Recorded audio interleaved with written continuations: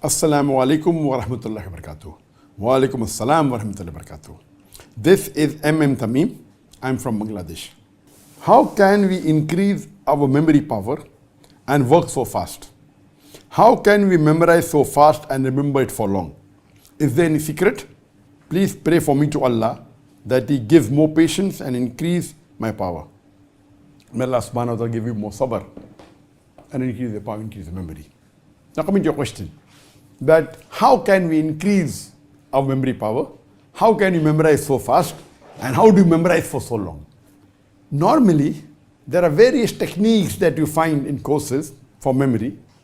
And if you Google, and there are many courses of how it can increase the memory, there are courses like mapping and different techniques of memory. But I personally feel that the best way to memorize is the help of Allah subhanahu wa ta'ala. And there are 3 points which I always mention in my Dawah training program or for success in any matters. Number 1 is the help of Allah. Allah says in Surah Imran chapter 3 verse number 160, if Allah helps you, then none can overcome you. If Allah forsakes you, who is there then who can help you? So let the believers put their trust in Allah subhanahu wa ta'ala. So number 1, help of Allah. Trust in Allah, believe in Him, have faith in Him. His help is number 1 for your success. Without His help, you cannot get success. You may get temporary success, but not ultimate success in this world and the akhirah. Number 2, Allah says in the Quran, in Surah Ankabut, chapter number 29, verse number 69, that if you strive in His path, Allah will open up His pathways for you. So if you strive and if you struggle, if you do jihad in the way of Allah subhanahu wa ta'ala, Allah will open your pathways. So number 2 is after having faith in Allah, you should strive and struggle. You should do hard work. And number 3 is Allah says in Surah Nahl, chapter 16, verse 43. And Surah Anbiya, chapter number 21, verse number 7. Fas'alu ahli zikri in kuntum la ta'lamun. If you don't know, ask the person who's knowledgeable.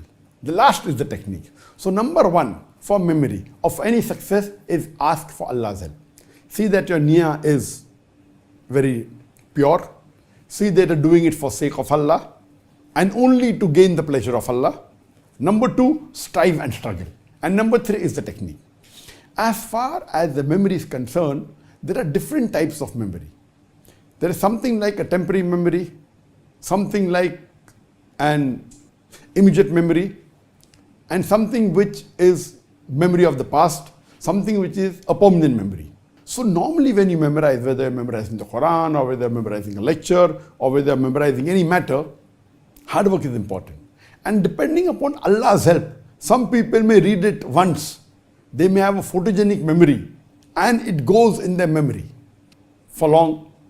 You know, for example, Imam Bukhari, mashallah, Allah had given him a photogenic memory. His memory was phenomenal. He didn't have to work hard like us. That was Allah's help. So if you have that level of help of Allah, then that is ultimate. But naturally the iman was high and the help of Allah also was high. But generally everyone should seek Allah's help, number 1. Number 2, strive and struggle. So what you have to do when you memorize, of course, you have to repeat that multiple times.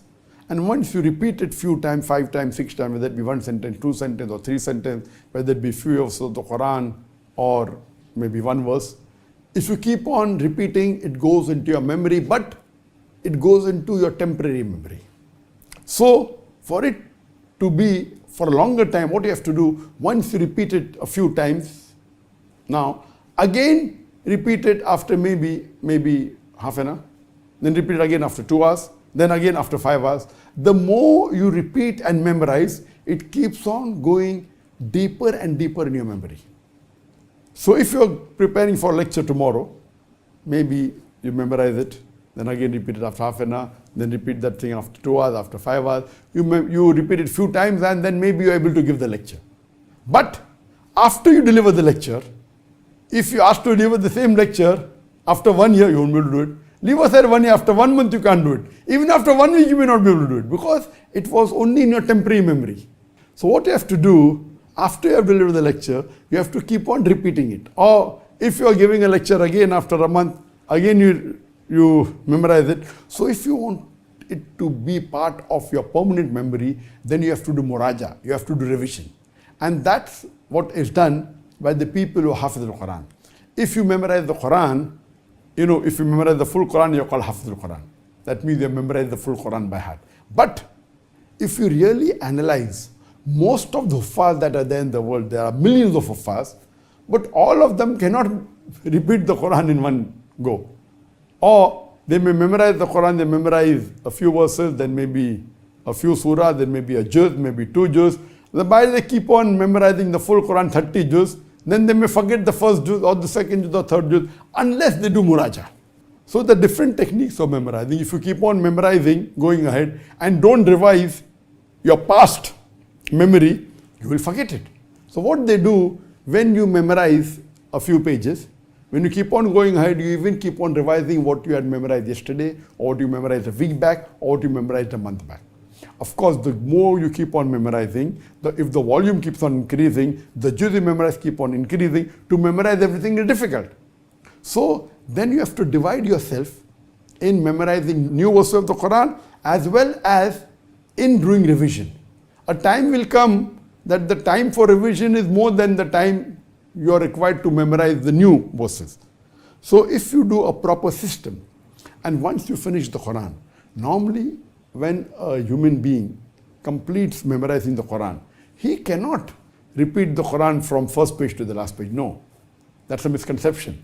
Of course, he has to do muraja. So if he spends time maybe 2 years in memorizing the Quran, some people take 3 years, some people finish in 1 year. The faster you memorize, the faster you forget. There are courses where we are in a school, we will memorize the Quran in 2 months. It's possible. But if you finish in 2 months and you stop, after 1 month you cannot repeat the Quran. So even if you finish the Quran in 2 months, if you spend about 10 or 12 hours a day, a crash course, your muraja will take multiple months or years. So it's the same thing. You memorize in 2 months and you do revision for few years, or you memorize in few years and take additional few years for revision. So the main secret of memory is that you keep on repeating till the time it goes in your permanent memory. Now, most of the Muslims, majority, they know Surah Fatiha, because Surah Fatiha has become a part of their memory. Because Muslims are supposed to pray 5 times a day. And if you pray 5 times a day, you have to read minimum 17 rakah, or with a 20 rakah. So 20 times if you are repeating in the day, if you wake up that Muslim in the middle of his night, who's been praying regularly, not a Muslim who doesn't pray. If a person who prays regularly, or even if he prays even once a day, if he's praying for many years, if you wake him up from the middle of his sleep and you ask him to recite Surah Fatiha, he can do it easily. Because that has gone into his permanent memory. Even in permanent memory, there are levels. Deep down permanent memory, or not deep down. Same way, if you ask him to recite maybe Surah Ikhlas, even that may be part of his permanent memory. He might have repeated Surah Ikhlas many times. But if he doesn't recite a surah maybe once a month, he may not be able to repeat in the middle of his sleep. But with concentration, he can repeat it, because it's part of his permanent memory, but requires concentration. There may be certain things he memorized just recently. Unless he doesn't do muraja, he cannot repeat it. So that's the reason there are different types of memory. And I know that I have given several talks in my life. I know there are these few talks, maybe these 5 or 6 talks. You ask me to get up from my sleep and give a talk. I can give a talk without revision. Even if there are 50 verses of the Quran, 100 verses of the Quran, because those talks are part of my permanent memory deep down. There are other talks I may have to revise maybe for 15 minutes. Some talks I may have to revise for 1 hour. Some maybe 2 hours. Those talks which I give rarely, I may have to revise for 3 hours or 4 hours. So every talk of mine is not part of my permanent memory. Part of the talk may be, but not everything. And the more goes in your permanent memory, it helps you in the question answer session. In the question answer session, you may not have notes. You cannot have notes in front of you. Question answer session when you give live. So when you're giving a talk, you can memorize your talk and deliver the talk. But question answer session is something you aren't aware. Okay, here, because we're having question answer on the WhatsApp, etc., it's being filtered by my staff. And so some of the questions which I have received before, for my staff, of course, that I've seen, so I can prepare if I want. And some of the questions I take live from the Facebook, from the YouTube, those questions which I take live are new questions. But normally, when we are handling an open question answer session in public, we are not aware of a single question. We can assume what may come and we can prepare for ourselves, but we don't know. So that time, if you have many lectures which are part of your permanent memory, that helps you in the question answer session. Therefore, I tell all my students, when you give a talk, don't carry notes. If you don't carry notes, you keep on repeating, it becomes part of your memory. Because in a question answer session, you cannot carry notes and search for the answer. It has to be from your memory. So if you have 50, 100 talks as a part of a permanent memory, some deep down, some superficial, but if it's part of permanent memory, then that helps you in the question answer session. So as far as the formula for memory, number one is help of Allah. You pray to Allah, ask Allah to give you good memory, pray to Allah that you remember, you can pray in your Tahajjud Salah. Number two is hard work. You strive, you struggle. Number three is technique. See to it that you keep on doing muraja, you keep on revising, help of Allah, hard work, revising, till it becomes part of your memory. And if it becomes part of a permanent memory deep down, it will be for long, and inshallah can even be forever. Hope that answers the question.